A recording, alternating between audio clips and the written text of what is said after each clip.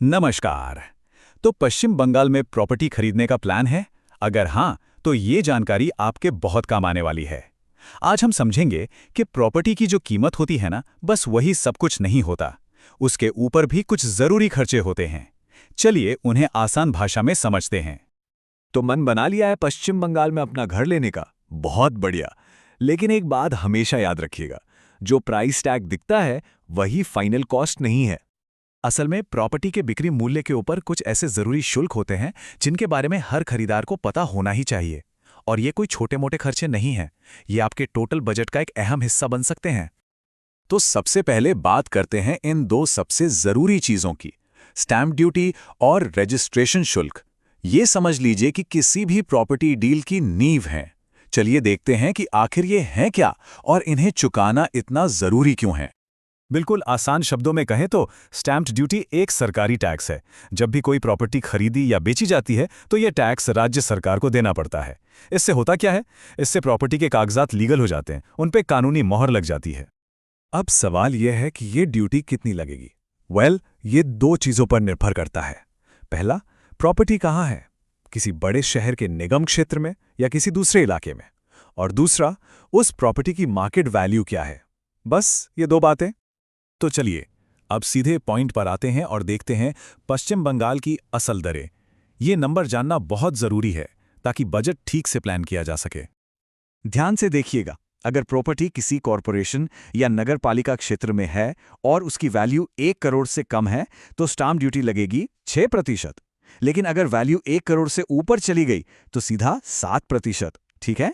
और बाकी दूसरे इलाकों के लिए ये दरें हैं 5% और 6%।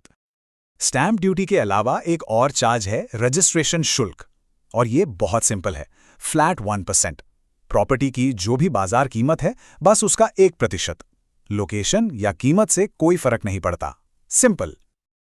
लेकिन ठहरिए, कहानी यहां खत्म नहीं होती। हर प्रॉपर्टी का ट्रांसफर एक नॉर्मल बिक्री नहीं होता।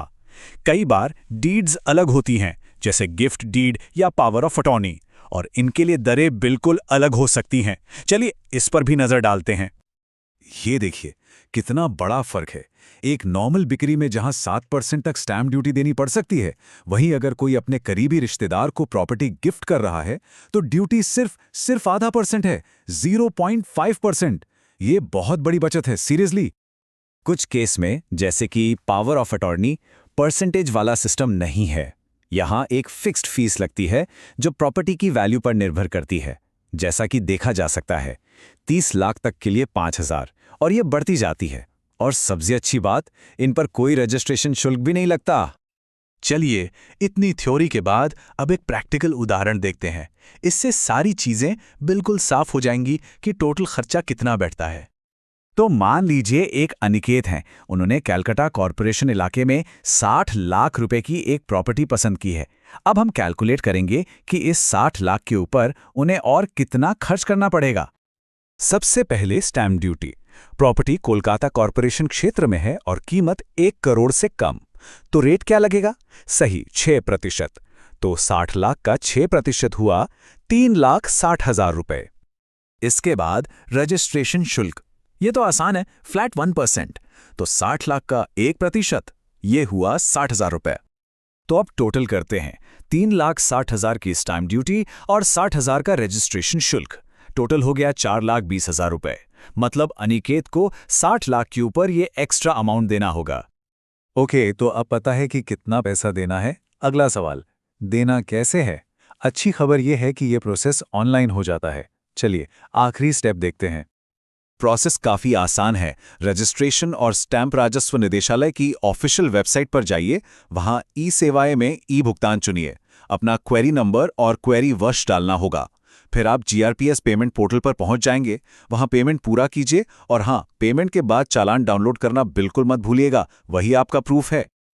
चलिए इस सेशन को खत्म करने से पहले कुछ सबसे जरूरी बातों को फटाफट दोहरा लेते हैं ताकि सब कुछ दिमाग में अच्छे से बैठ जाए। कुछ बातें हमेशा याद रखें। पश्चिम बंगाल में महिला खरीदारों के लिए कोई अलग से छूट नहीं है। गैर लाभकारी या धर्मार्थ भूमि खरीद पर भी कोई छूट नहीं। छूट सिर्फ सरकारी विभागों को मिलती है। लेकिन जैसा हमने पहले बात की, करीबी रिश्तेदारों को गिफ्ट डीड पर वो 0.5% वाली बड़ी रियायत जरूर है। ये सबसे जरूरी पॉइंट है।